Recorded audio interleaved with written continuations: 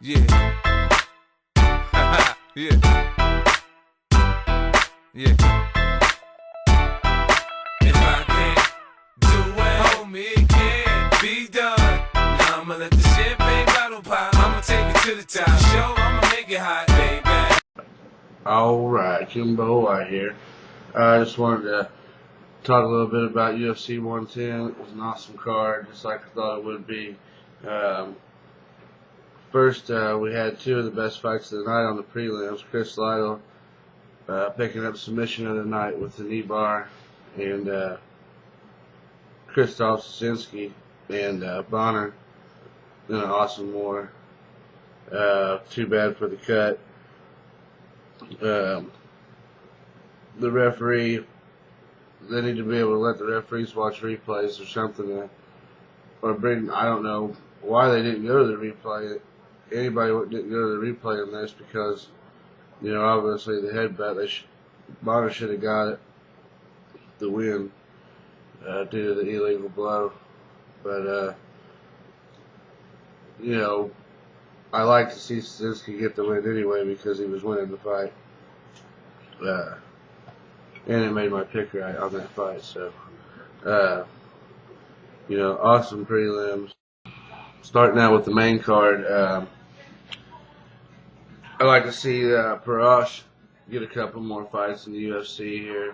You know, even on prelims or whatever, give the guy a chance to get, but give him somebody decent at least, because, I mean, the guy gave Krokop a go, even though he got wore out the whole fight. Yeah, I mean, obviously he was nowhere near Krokop's league.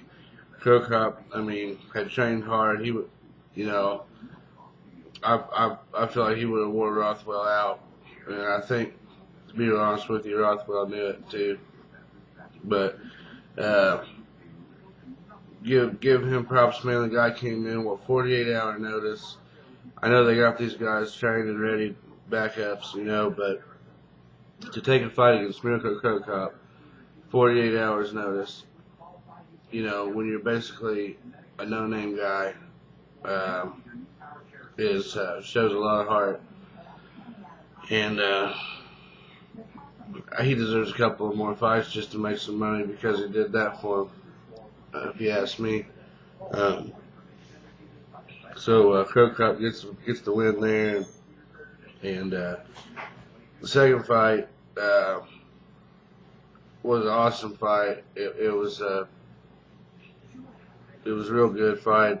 The outcome wasn't what a lot of people expected, and even though I picked Bader, it wasn't the way I expected. But the flying knee to the chest and then the big left hook was just sweet. So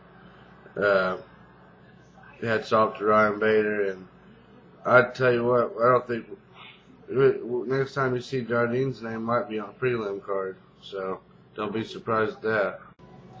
Then the next fight of the night, to my surprise, was my one loss tonight on picks. I made 6 picks. I went 5-1. And my one, you know, I picked against Nod. I picked against against Bisping, and my one loss is given to me by George Sardoropoulos. Excuse me, just had some pizza. You know, just worked Joe Stevenson over. Worked him over. Standing up. Man, I thought 2 or 3 times he was going to knock him out. Not sure of it. God damn, man. Joe was just a sucker for that left hand. The jab and the hook. He just didn't see it coming. It just kept landing and landing and landing. It was unreal. Sardoropoulos put on a jiu-jitsu clinic, rolled Stevenson around, wrestled him around like a sack of shit. And then, you know, what more could you say about the axe murderer coming in and dominating Bisping like that? You know, I tell you what, Bisping thought it was a lot closer of a fight than I did. You know, the guy lands a couple of counter jabs and you know, landed a couple of left hooks that didn't even make Vanderlei blink. and thinks that he had a right to even think that any of the judges were going to go his way. It doesn't make a damn bit of sense.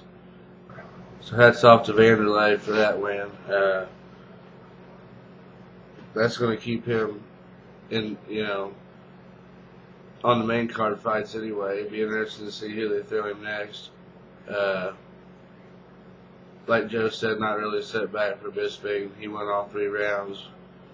But to not be able to finish Vanderlei or even pull out the decision, I don't see where he's headed. It's anywhere worth a shit. But whatever. The main event, amazing.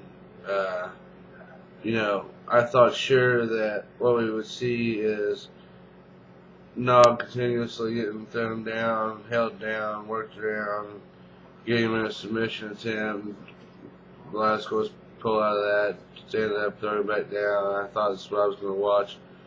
I didn't think I was going to watch Nogueira just get schooled on the stand-up in half the first round, knocked out. Actually, what I had said was Nogueira's best bet was to stand with him, and I think that's what he thought. He didn't want to match power wrestling with Velasquez. Velasquez didn't want to mess with Nog's submission. So they both stood, and it wasn't pretty.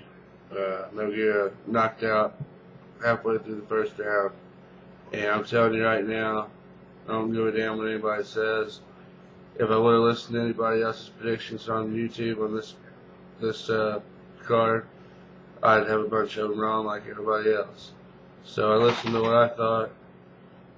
I went 5-1 on this card, and I'm telling you right now, I said it here, Cain Velasquez is your guy to beat Brock Lesnar.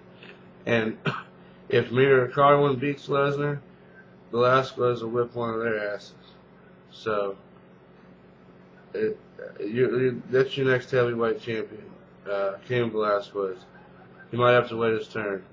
And she's going to have to wait his turn because unless Mir or Carwin comes up injured, and then you'll see him kick Brock Lesnar's ass.